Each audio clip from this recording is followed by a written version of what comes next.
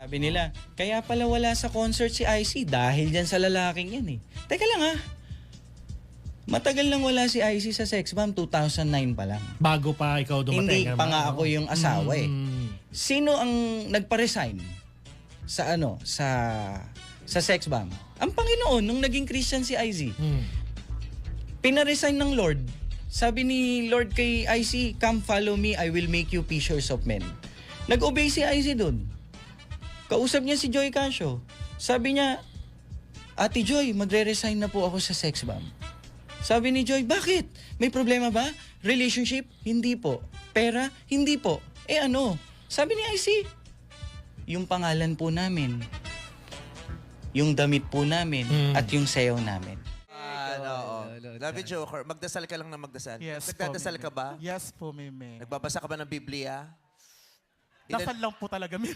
Ilan ang utos ng Diyos? 10 po ba, Meme? Dati 10. Ngayon 11 na. Ay, sumobra na, Meme. Yung pang-labing isang utos ng Diyos, mag-resign ka sa Sex Bomb, sabi nung asawa niya. Mag-resign ka sa Sex Bomb, sabi nung asawa niya.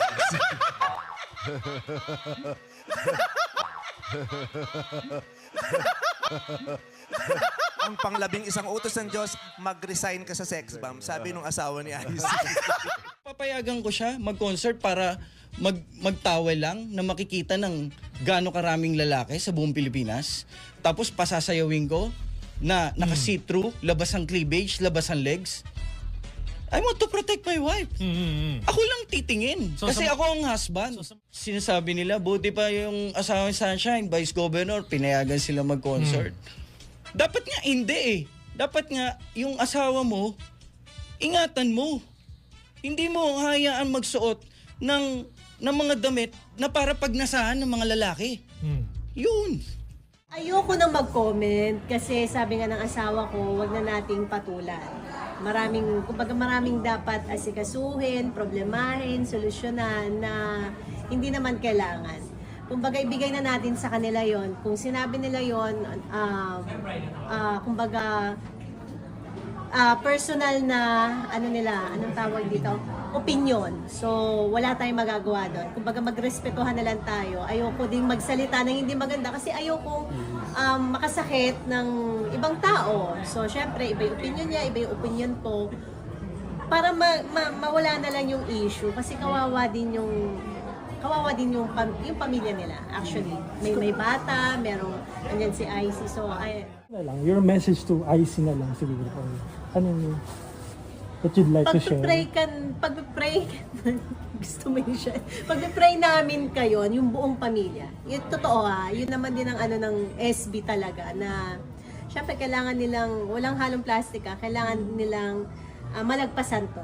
Yung mga sinasabihan mong mga sex bomb dancers, lahat sila matino ang buhay nila, maayos. Yung Ibsa, si Ira, from Australia, lumipad dito just to join the performance. Si Mia, maraming branch siya ng sanggipsal niya. Si Aifa naman, may Octoboy. Yung isa, asawa ng Vice Governor. Yung isa, asawa ni Jason Zamora na alam din naman natin na Christian din. So, bakit pagdating sa'yo parang mali kaming lahat? Parang ikaw lang kinakausap ni Papa Jesus, kami hindi. So, nagpakita ng legs. Alvin, alam mo, punta ka sa restaurant ko, makikita mo singit ko.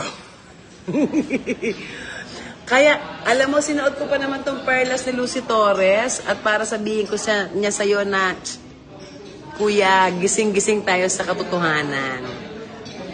Diba? Ang isang tao, pag mahal mo.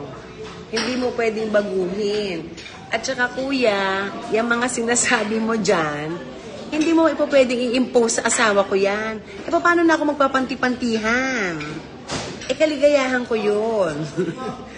So, yung amats mo, okay lang naman yan na inamats mo yung Bible. Wala naman kaming issue dyan. Kasi nung nagdodroga ka nga, hindi ka nga namin ginudge eh. Tapos ngayon na nagbago ka, lahat kami ginudge mo. Hindi niya, siya lang ang tropa ni Papa Jesus. Yung kaming lahat dito, hindi kami.